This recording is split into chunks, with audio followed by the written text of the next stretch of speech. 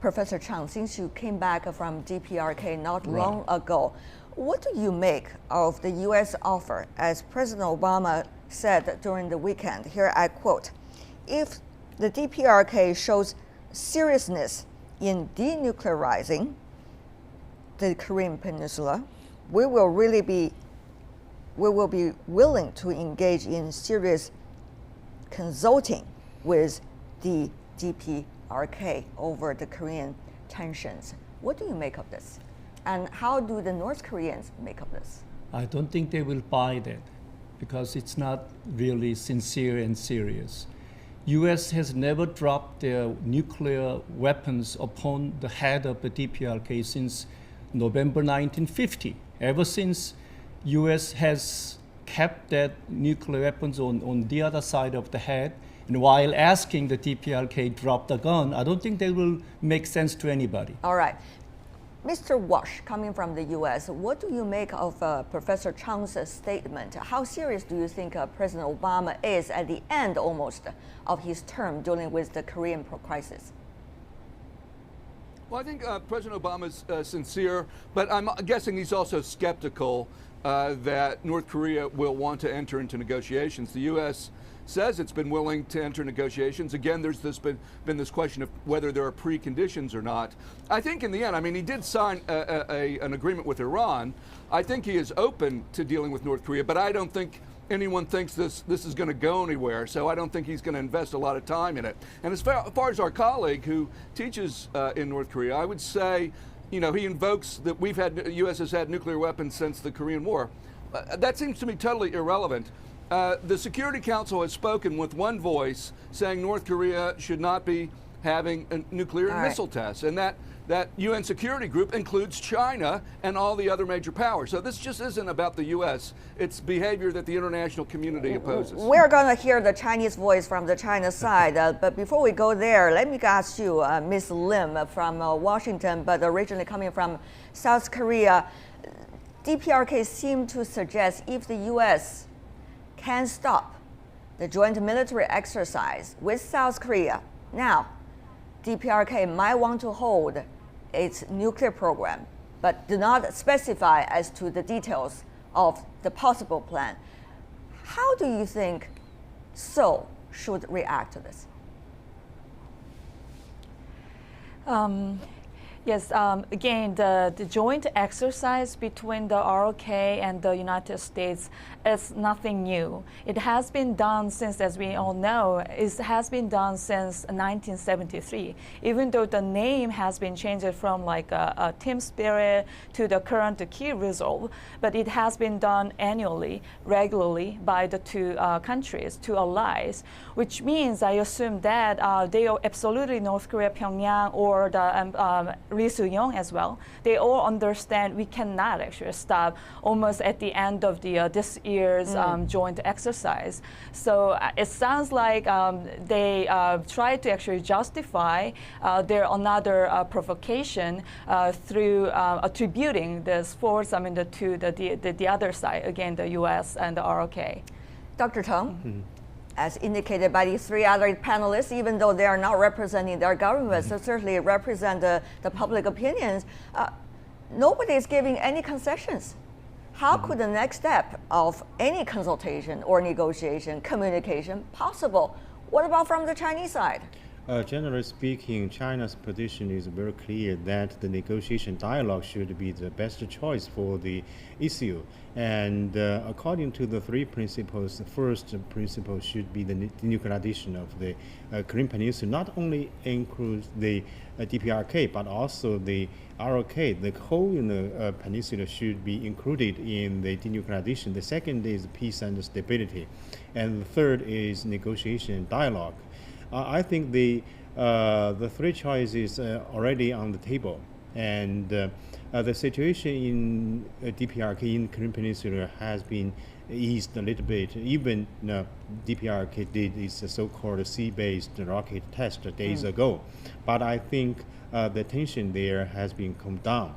I think 1 month ago, a Russian diplomat said in Moscow that DPRK was willing to have a new round of negotiation with the other parts, in that region. So I think this is actually a positive signal from the United States, from DPRK, even a lot of mistrust among the countries concerned. Interesting. You are guiding us to a very different direction. Having said that, though, what's going to happen next is extremely important. Whether this direction is possibly correct or that direction when it comes to predictions. So let me ask you, Ms. Lim, now based in Washington from South Korea, what do you make of South Korea's prediction that the DPRK might be already ready for the 5th round of nuclear test, possibly on the eve of the Party Congress, just to come very soon? Yes, there are, of course, many different voices or observations about the possibility of the 5th nuclear test, but including myself, I think many experts will predict, or it looks like it's pretty likely that they will have another nuclear test around the Congress, the 7th Congress of their Workers' Party. So it sounds, again, it looks very likely. The reason why I predict like this is, again, as we discussed before, Mr. Lee Soo-young, he came to the New York City, but he also was trying to justify the coming provocation, including nuclear tests, through, again, criticizing the other side. And also other satellite images, as far as many other experts are analyzing, satellite images also prove that there are significant signals or signs of the coming actual nuclear test. And another final point I have to make is, again, Kim Jong-un's policy has been the dual policy, or Pyeongjin line. He wanted to develop both together, economy and the nuclear program. So for his own domestic public support as well, I think he will try, definitely he will try to conduct another nuclear test to consolidate the legitimacy, domestic legitimacy. That, of course, is a prediction coming from some experts, including from you, Ms. Lim. But Professor Chung, since you've been teaching in the DPRK, what is your sense? Some suggest the nuclear weapon or the nuclear development in DPRK is a political issue rather than military issue.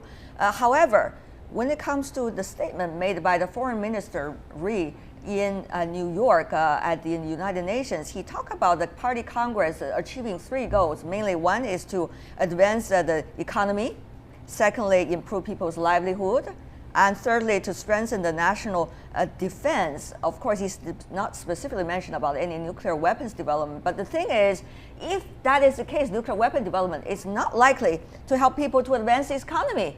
It's not likely to help people to improve their livelihood, because DPRK is going to face more boycott and also other policies, much harder from the other countries, that's for sure. So are those goals contradictory to one another? Really developing the nuclear weapons particularly good for the DPRK or actually bad for the DPRK for the long term, Professor? If you look at the situation from different angle, I may disagree with your approach that what I see, the choice they has made, the road they have taken to make sure the national economic, domestic economic development, at the same time, make sure they do not lose their independence, self-determination. I believe they have made it possible by the waging to the parallel policy, economic development and nuclear weapons development as a nuclear deterrent power. For sure, the US has not been able to make any military attempt to override North Korea ever since 1953. All right, but what about the security of the other countries? If DPRK develops nuclear weapons of its own, the other countries feel threatened, and therefore what about the independence and security of other peoples?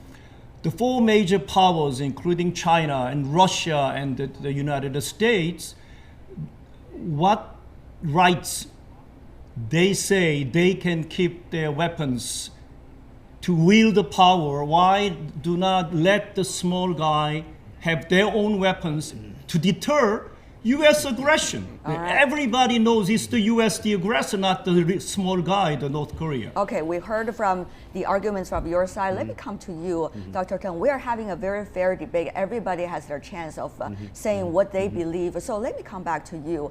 China used to be the allies of DPRK, but at this moment, China already joined the United States, South Korea, and Russia, many others at the UN Security Council on the sanctions against DPRK, especially the latest round, much more severe than it used to be.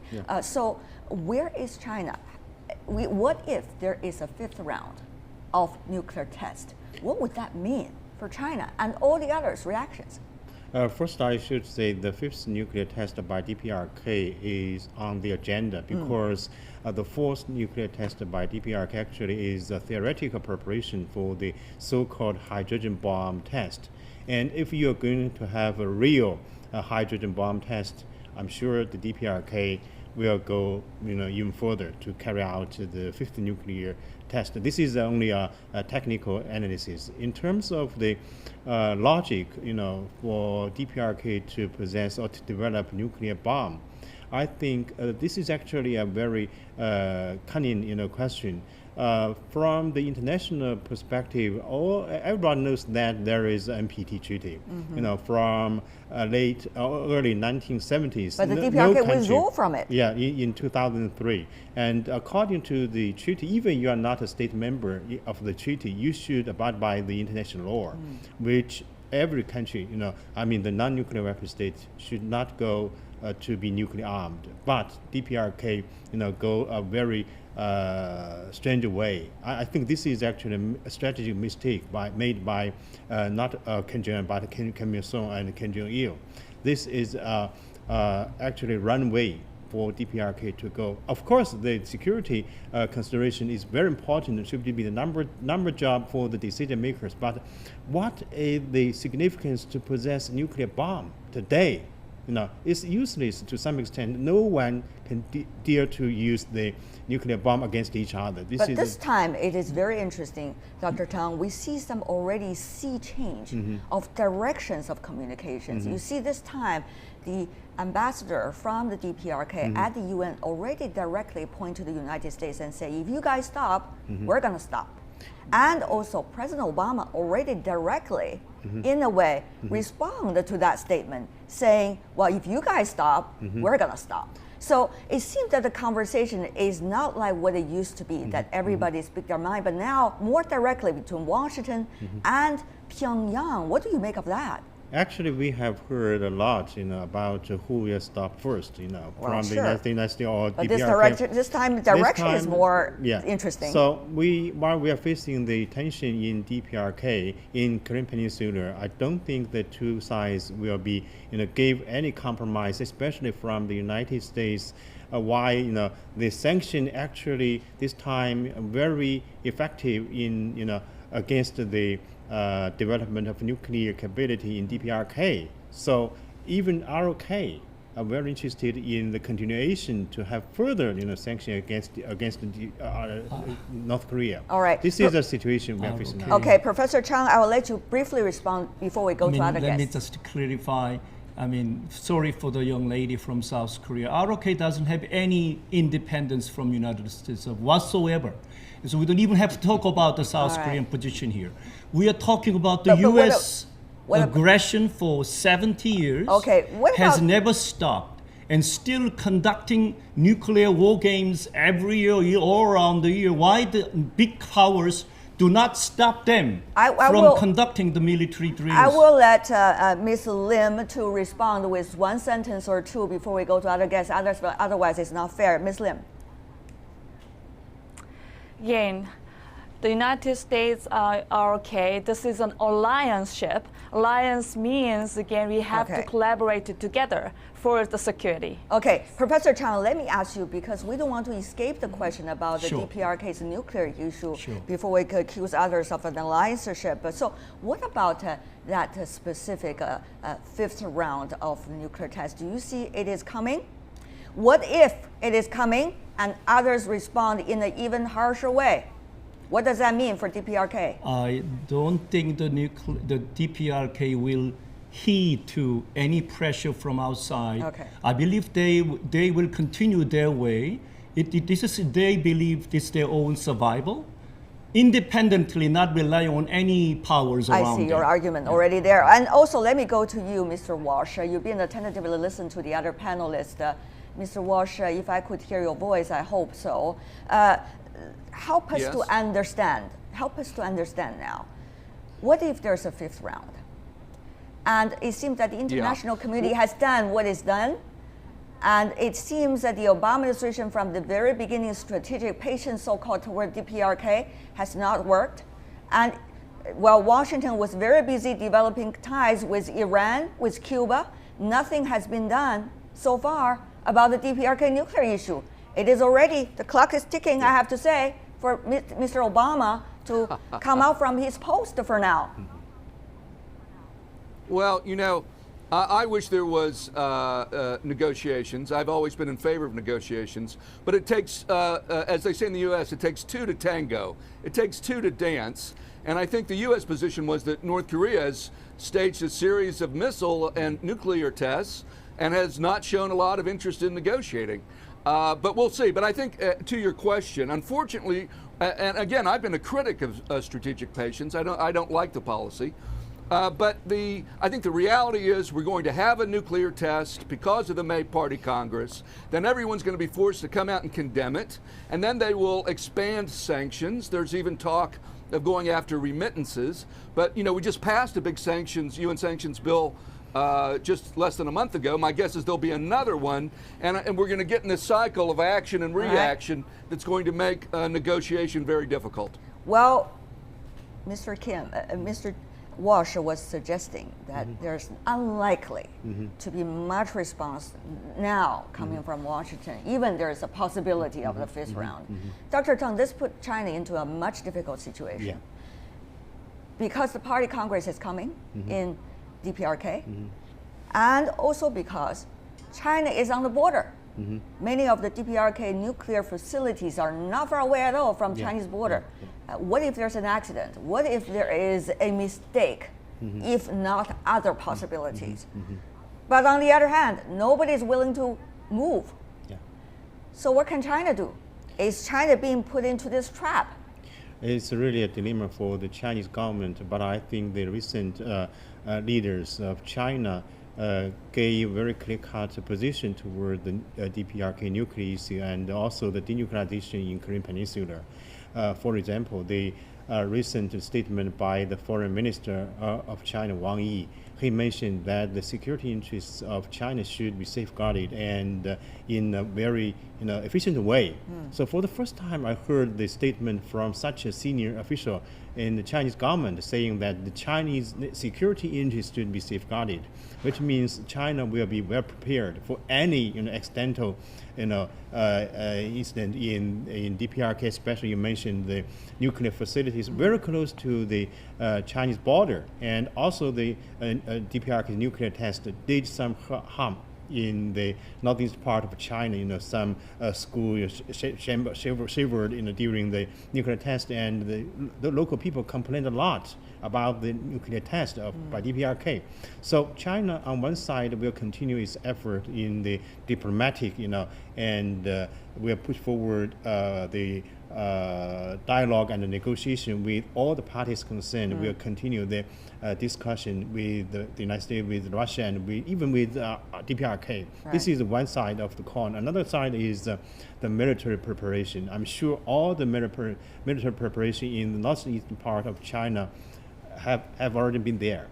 And of course, China will give very efficient preparation for any accidental incident in DPRK. Mr. Walsh, before we go, final question for you. Has the U.S. policy toward DPRK totally failed so far? Can we reach that conclusion now? Secondly, what can be the actions coming from the United States, particularly now given the latest crisis and possible crisis to come? Well, on your first question, I can't name any country whose North Korea policy has been a success. It's the purpose of the international community, a shared objective for the DPRK to give up its nuclear program. That hasn't happened. There is no policy on the part of anyone that has been successful with North Korea so far. I think, again, in the near term, I wish I could be optimistic. I just don't see it, because they're going to have this test for internal purposes, and then we're going to have to respond to it, and it'll be difficult to have a negotiation right after, on the heels of sanctions and a test. And so we'll have to wait for a while to try again, but by then we may have a new president in the U.S. Well, that's for sure. Well, we are debating this issue. I understand over the months and even the past few years, there has always been some kinds of discussions at different levels taking place among countries concerned, even including the DPRK and the United States. We hope those efforts will continue, because eventually we have to see the end of the tunnel.